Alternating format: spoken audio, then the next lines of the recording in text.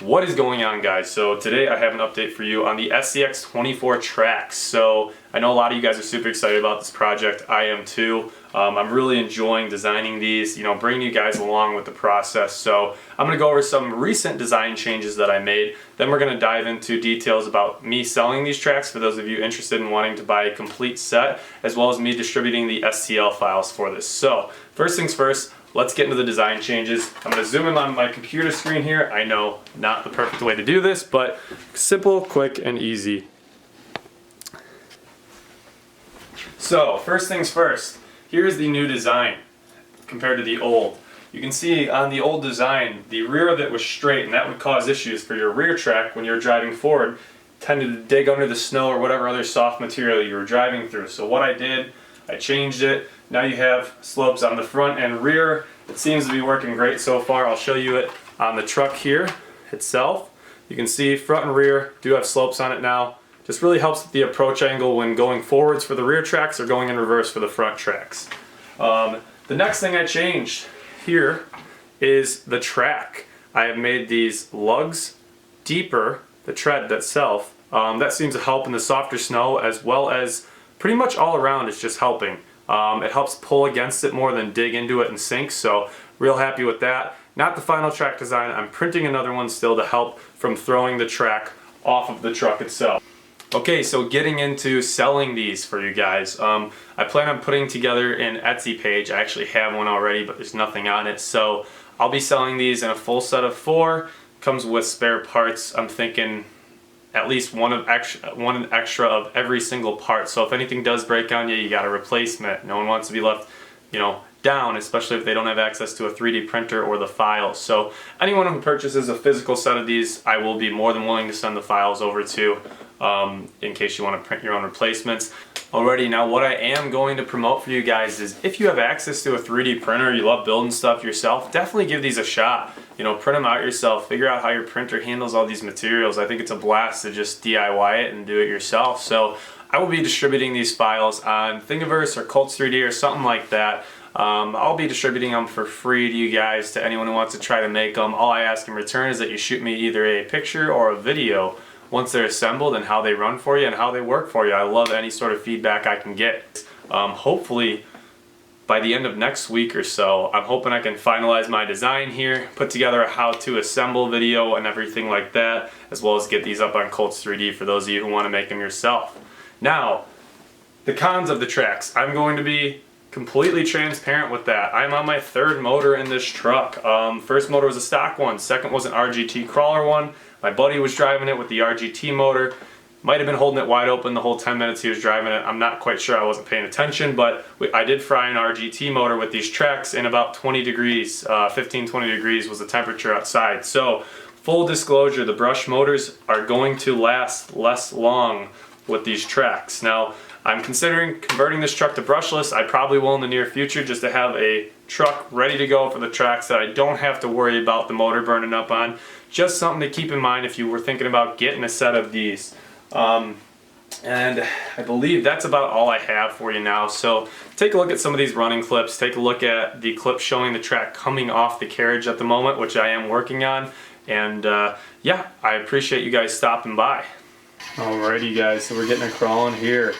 You can see in this warm weather, it's not warm weather, I should say, warm temperature in my house here. It's about 65-70 degrees in here, and you can see these things just require barely any throttle to keep moving. They crawl great, crawling right over everything. No issues there. But now I'm going to show you what happens if you put this thing on grippier surface such as carpet or just the floor in a warm area like this, and you'll see the issues I've been having with it throwing the tracks off.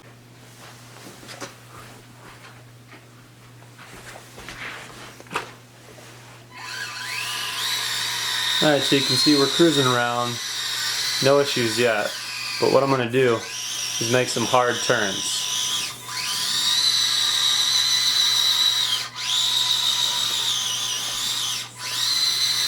And it looks like, there we go. So now you can see on that front track,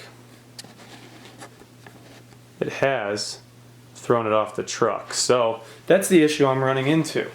Now I'm working on that issue. I think I may have found a solution, but it's printing right now, so I'll have to do another update on that. You can see on this track there is a slight ridge. I'm hoping we can capture that on the camera for you.